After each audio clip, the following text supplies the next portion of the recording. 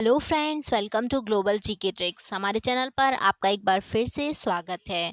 तो आज हम सारे इम्पॉर्टेंट अपडेट्स जो एमपी में परीक्षाओं से रिलेटेड है सब डिस्कस करने वाले हैं। ये देख सकते हैं आप, आगे आने वाले सभी रिजल्ट डेट जारी हो चुकी हैं और पटवारी घोटाले में एक नया फर्जीवाड़ा देखने को मिल रहा है, उसके बारे में भी हम यहाँ बात करने वाले हैं। इसके साथ ही साथ नया अपडेट है कि एमपी पुलिस में भी भर्ती प्रक्रिया चालू हो गई है, उसके बारे में भी हम यहाँ बात करेंगे। चलिए शुरू करते हैं।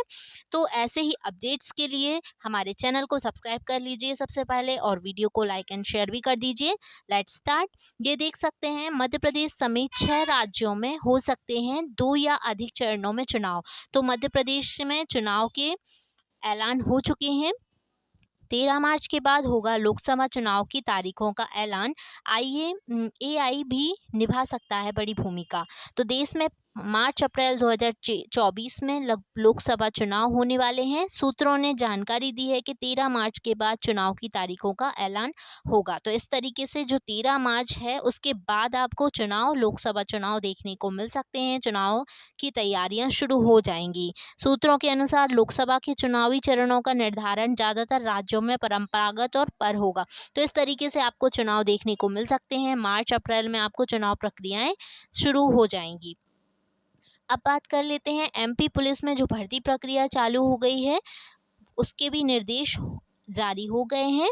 देख सकते हैं आप, मध्य प्रदेश कर्मचारी चयन मंडल का ये पेपर कटिंग है, निर्देश है। सर्वसाधारण को सूचित किया जाता है कि मध्य प्रदेश कर्मचारी चयन मंडल भोपाल द्वारा पुलिस मुख्यालय पुलिस विभाग मध्य प्रदेश शासन के अंतर्गत आरक्षक संवर्ग की सीधी भर्ती हेतु चयन परीक्षा 2023 के आयोजन हेतु दिनांक 24/6/2023 यानी 24 जो 2023 में परीक्षा हुई थी उससे रिलेटेड जो रिजल्ट हैं उसके लिए शुद्धि पत्र जारी हो गया है 22/2/2024 को। और परिणाम के संबंध में मंडल द्वारा माननीय उच्च न्यायालय जबलपुर खंडपीठ इंदौर और ग्वालियर मध्य प्रदेश के समक्ष कैवियट दायर हो गई है। तो इस तरीके से आपका शुद्धि पत्र जारी हो गया है और 1 हफ्ते के अंदर आपका रिजल्ट देखने को मिल सकता है। तो इस रिजल्ट की जो झड़ियां लगी हुई हैं एमपी पुलिस में भर्ती की भी इसमें प्रक्रिया चालू हो सकती है, क्योंकि कैवियट याचिका दायर हो गई है। तो जहाँ तक मार्च की 3-4 तारीख तक इसका फिजिकल भी आपने देखने को मिल सकता है। तो इस तरीके से जो भर्ती प्रक्रियाएं हैं उनका रिजल्ट आपको एमपी में लगातार परिणामों की सूची देखने को मिल रही है। और जैसा कि आप देख रहे हैं, अभी अभी एमपी में पुलिस आरक्षक भर्ती का जल्द आएगा रिजल्ट। 923 पद किए जाएंगे होल्ड। तो मध्य प्रदेश कर्मचारी चयन मंडल द्वारा जल्द ही पुलिस आरक्षक भर्ती 2023 परीक्षा का रिजल्ट घोषित किया जाएगा। संभावना जताई जा रही है कि इसी सप्ताह रिजल्ट घोषित किया जाएगा। वहीं ओबीसी आरक्षण के विवाद के बीच ईएसबी द्वारा शुद्धि पत्र शुक्रवार को जारी कर दिया गया है। अब पदों की मैट्रिक्स को 87% और 13% के अनुसार अपडेट किया गया है। इस तरीके से जो पदों की मैट्रिक्स है वो 87% और 13% होगी, यानी कि 87% जो मुख्य भाग मानते हुए परीक्षा परिणाम तैयार हो गए हैं और कोर्ट के अंतिम निर्णय आने के बाद जो वर्ग है ओबीसी वर्ग अनारक्षित वर्ग जो रोके गए हैं 13% पदों के लिए, उनका भी परीक्षा परिणाम घोषित किया जाएगा। आरक्षक भर्ती परीक्षा कुल 7090 पदों के लिए की गई थी। इसमें 87% भाग जो है वो 67 यानी 6167 पद हैं और वही 923 पद जो हैं उनके परिणाम कोर्ट के निर्णय आने तक होल्ड किए गए थे। तो ये परीक्षा परिणाम भी आपको देखने को मिल सकते हैं। अब बात करते हैं एमपी में जो पटवारी भर्ती नियुक्ति के निर्देश अभी अभी जारी किए गए थे उनको लेकर भी खबर आ चुकी है। आप जो बेसब्री से जिसका इंतज़ार कर रहे थे, इसमें भी गड़बड़ी के जो खबर मिली थी एमपी पटवारी भर्ती में, अब उसको लेकर एक नया फर्जीवाड़ा जारी हो गया है, नया फर्जीवाड़ा देखने को मिल रहा है।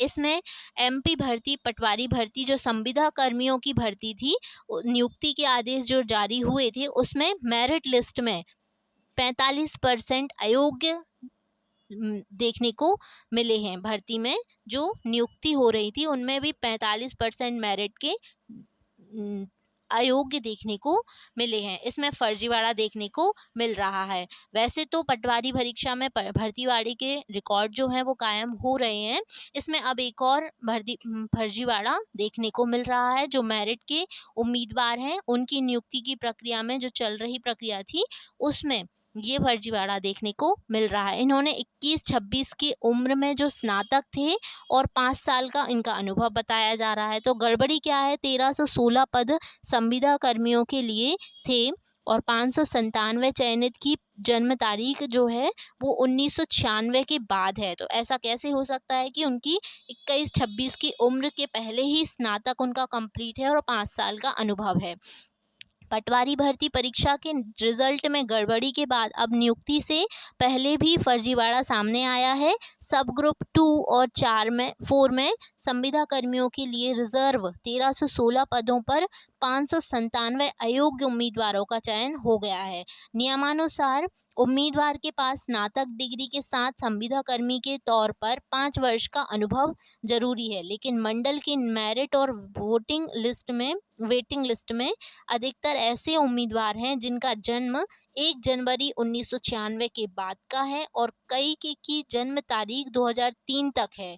ऐसे में सवाल है कि 21 से 25 साल की उम्र में स्नातक के साथ संविदा कर्मचारी के रूप में अनुभव कैसे हो सकता है, मतलब 5 साल का अनुभव कैसे हो सकता है। पटवारी भर्ती के लिए 6,755 पद विज्ञापित किए गए। संविदा कर्मियों के लिए 1316 रिजर्व हैं। इनके लिए ईएसबी ने आवेदन बुलाते समय उम्मीदवारों के सिर्फ यह पूछा कि वे संविदा कर्मी हैं या नहीं हैं।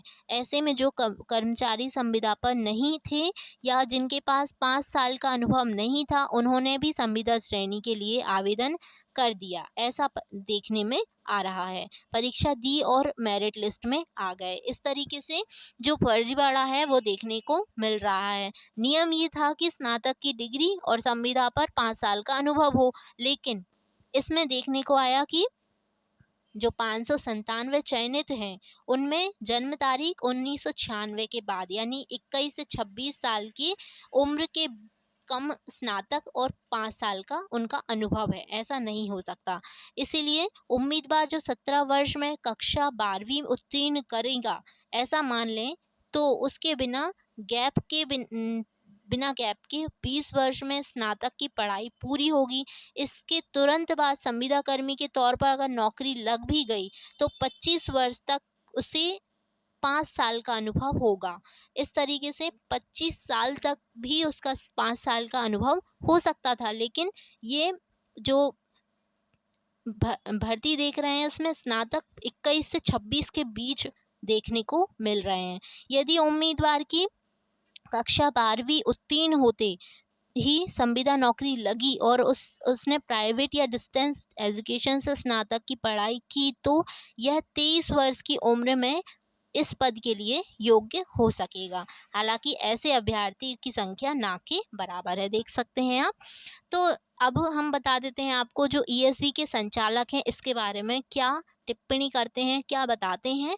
जिस किसी ने भी अपने आवेदन पत्र में संविदा कर्मचारी अंकित किया है उनका चयन संविदा कर्मी श्रेणी में किया जाएगा। उम्मीदवार के आवेदन पत्र के अनुसार ईएसबी परीक्षा परिणाम जारी करता है। दस्तावेज सत्यापन संबंधित विभाग के स्तर पर होता है।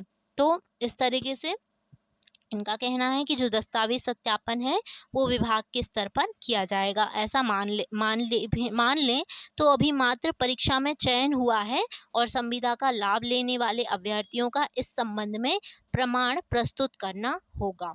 इसकी सूक्ष्मता से जांच कर ही नियुक्ति की जाएगी, ऐसा पीएस रेवेन्यू का निकुंज श्रीवास्तव ने ये लिखा हुआ है, इनका कहना है।